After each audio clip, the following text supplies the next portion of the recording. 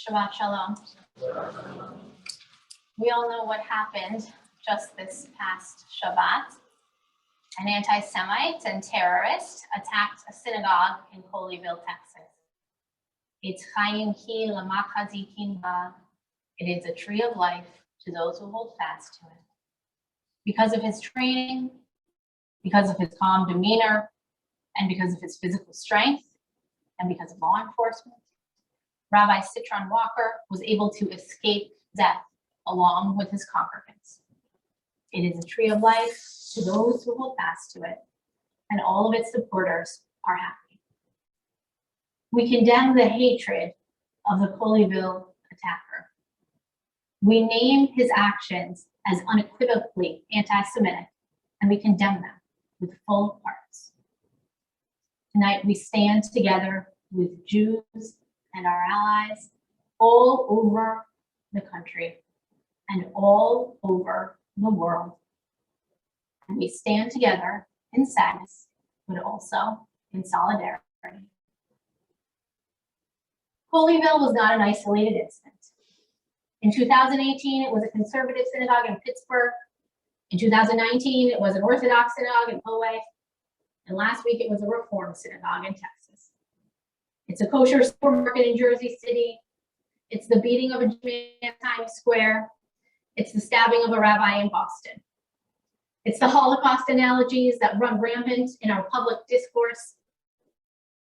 It's the political speech that exacerbates anger against Jews.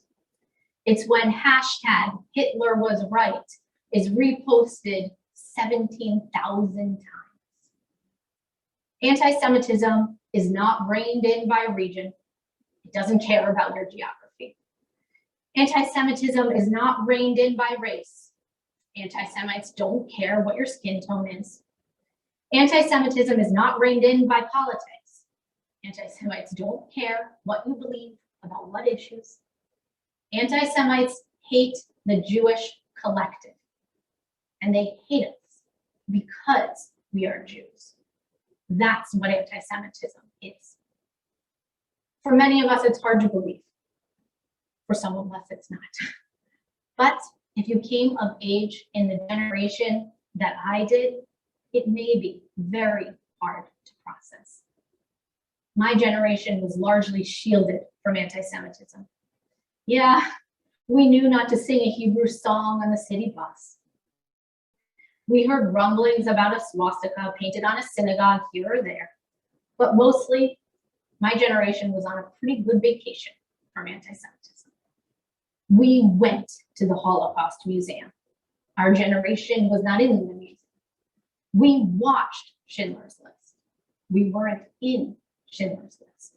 We looked back at anti-Semitism. It was historic, something that happened before. It was about them, those other Jews. We looked back at anti-Semitism, and sometimes we even looked away from anti-Semitism. But none of that matters now, because now anti-Semitism is looking right back at all of us. It's back. It's out of the shadows. Jew hatred is no longer background noise, as it was to me as a child. It's in the foreground now. I want to share 3 reflections tonight on anti-Semitism. 1, you can talk about anti-Semitism. You need to talk about anti-Semitism. It is your obligation to talk about anti-Semitism, and you have every right to talk about anti-Semitism. I'll go first. My grandmother was hit with a rock in the face during an anti-Semitic attack in Ukraine. She was 6 years old, and it left her with a lifelong twitch that marked her the rest of her days, causing her family, my family, to move. My other grandmother used to hide under her tiny table in her tiny kitchen of her tiny home in a village in Russia, as she would hear the hooves of the Cossacks, the violent Jew-hating paramilitary group, barreling down the hill to destroy all of the Jewish homes. My other family, I don't know. After generations of expulsions, immigrations, assimilations, and trauma, the stories are lost. Where am I from? I don't know. All over. My husband's family. Expelled from Spain, exiled from Turkey, exterminated in Austria. How about you?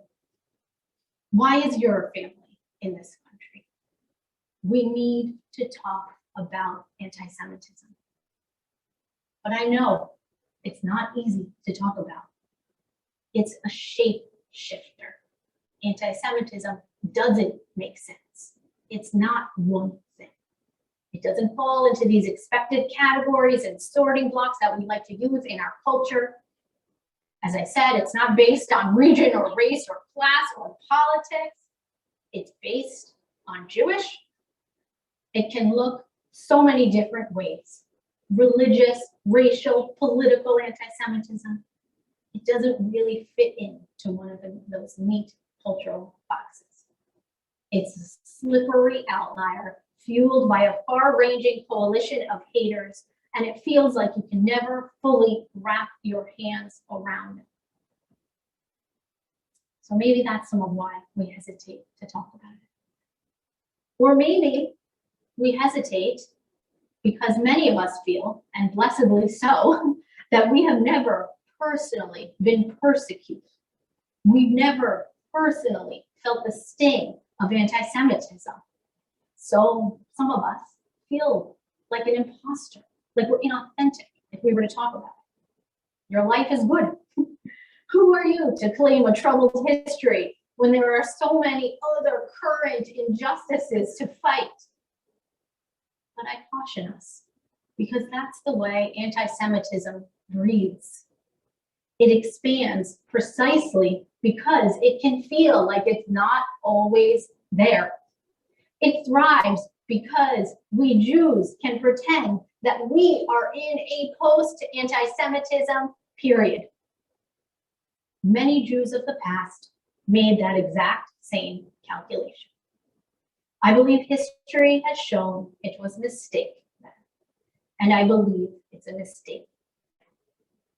We need to talk about anti-Semitism even when we feel safe. We must find a way. And finally, anti-Semitism can be tricky to talk about because certain parts of the world seem to teach us actively that we shouldn't talk about anti-Semitism. And that tactic is working. Only maybe 18 states in our country require Holocaust education. Half of millennials, those in my generation, can't name a single concentration camp. My peers have never spoken the words Auschwitz or Buchenwald or Dachau. They've never heard of Theresienstadt or Sobibor or Treblinka. They think 2 million Jews were killed in the Holocaust, not 6 million, 1 million of which were children. They know almost nothing of Jewish history. Some of that, not all, some of that is on us. We haven't talked nearly enough about anti-Semitism. And there are strong forces right now trying to tell us to talk about it even less. White supremacists and Islamic terrorists both seek to repress the ability of Jews to talk about being Jewish and to talk about anti-Semitism through violence and intimidation.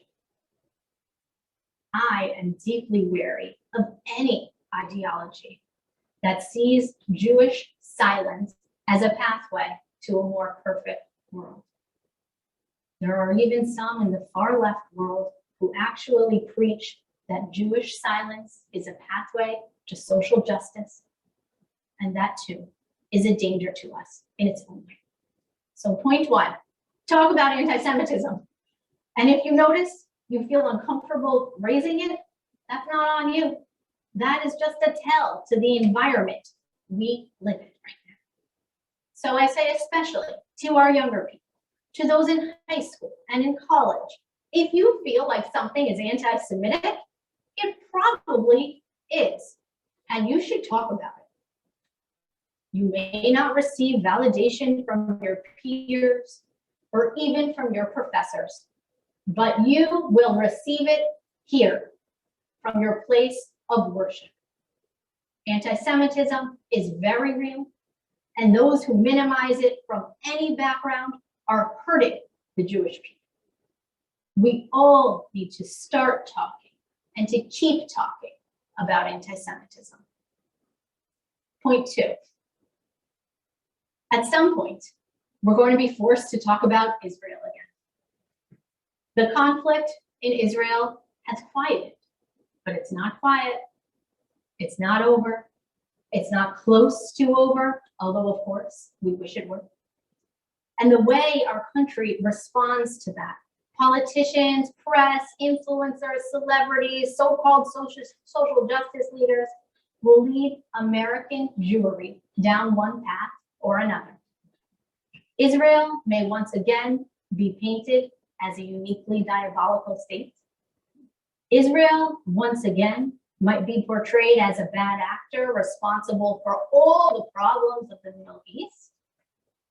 The worst things you can say about a state may once again be said about the Jewish state and only the Jewish state.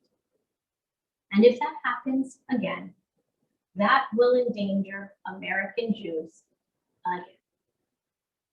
Can we stop pretending that talking about the Jewish state will have no effect on the Jewish people? I know our congregation has a myriad of feelings about Israel, some deeply ambiguous, some deeply committed, and some both deeply committed and deeply ambiguous. We are strong and we can hold it all. We live for dialogue and discourse. We're Jewish. We need it. For myself, if that day comes sooner or later when Israel is back in the headlines, I will stand with Israel as I always do. Not because I think it's perfect, not because I believe it to be some ideological beacon of morality, but because I'm Jewish. And for me, Israel is my refuge, my eternal homeland, and so much more. The way we talk about Israel will impact the way we talk about Jews. That conversation is part of the conversation about anti-Semitism, and we can't look away. 3, final point, peace. Since this attack happened just last week, I've received outreach from my Christian colleagues and my Muslim colleagues and my Jewish colleagues, from pastors and priests and imams and rabbis and cantors and leaders from every corner of the religious world. Separately, we lose. That is certain. The terrorist in Colleyville was Muslim, a Muslim extremist. But this act is not indicative of Muslims. What he did and what he thought are not because of a fundamental problem with Islam. It should not be attributed to an entire community. Every religion has its extremists. The question is, how does the center rein them in? Every religion takes centuries to mature. People that look to extrapolate this terrorist actions to an entire community are usually not the ones doing the work on the ground. Together, we have a much greater chance of stifling this hate against our people.